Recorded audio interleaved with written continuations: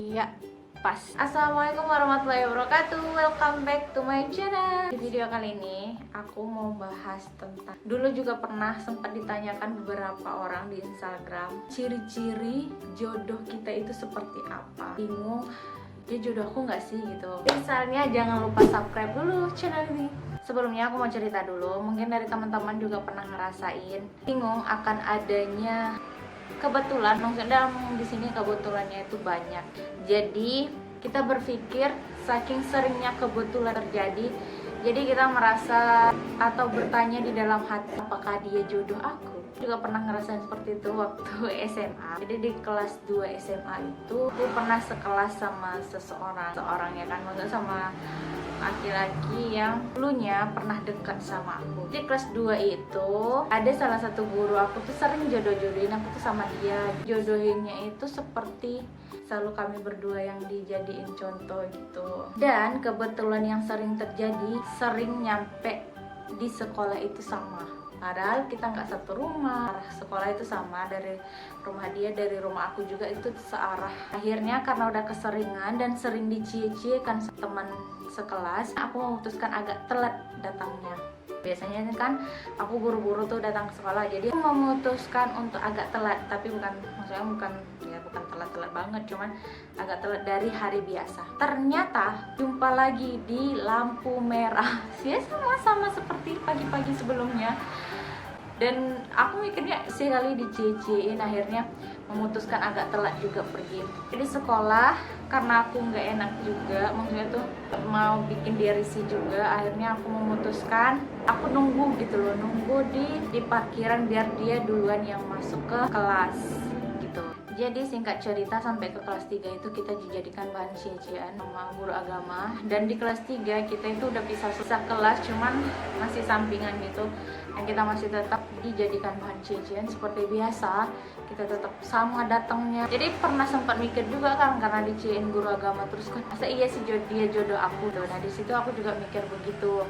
Jadi mungkin teman-teman yang sekarang mikirnya ada kebetulan sama seseorang, hal yang aku alamin juga, wajar sih mungkin kita berpikir seperti itu. Tapi sebenarnya ada ciri-ciri yaitu jodoh kita walaupun kita udah dekat. Jadi ciri-cirinya itu adalah kalau dia jodoh kita.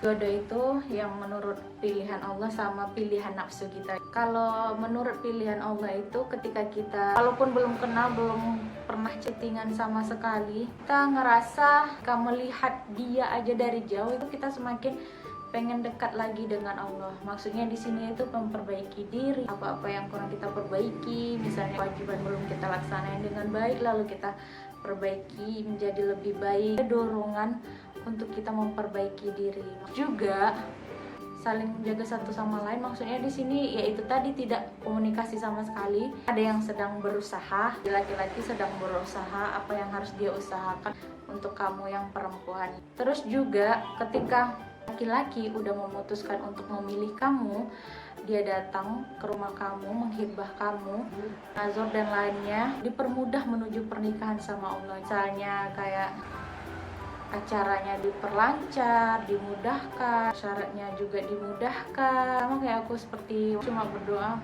aku tidak terlalu berharap banyak. Kalau dia memang jodohku, maka permudahkan. Karena di awal itu kita pernah ada salah sedikit, masalahnya itu tentang beda suku.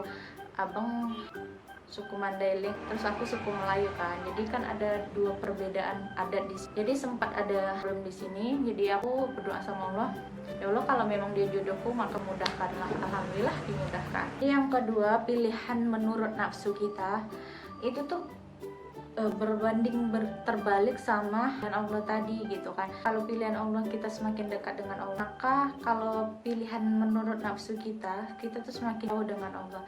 Pengennya teleponan mulu, pengennya chattingan mulu, lupa ngaji, lupa sholat, bahkan kenal keasikan chattingan ya kan, jangan lupa sholatnya.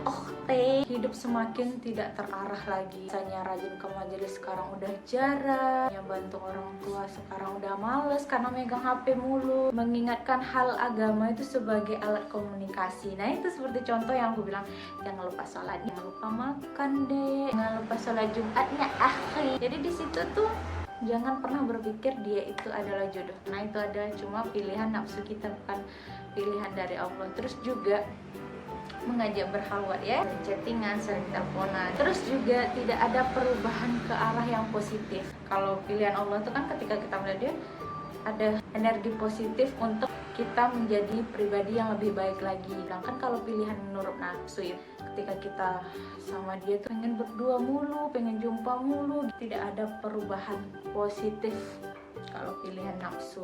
Sekarang tugas kita atau tugas kamu untuk para jomblo fisabilillah, carilah seseorang yang ketika melihatnya Allah dan surga terasa lebih dekat. Gak apa-apa kamu mencintai dalam diam, karena kalau memang dia jodoh kamu, maka Allah akan kasih jalan dan Allah permudah untuk ke jenjang pernikahan. So, demikian dulu video kali ini. Semoga ada manfaatnya buat teman-teman dan sudah menjawab pertanyaan-pertanyaan jomblo yang di luar sana. Semoga Allah beri jodoh di tahun ini. Jangan lupa subscribe channel ini, share juga ke teman-teman kamu.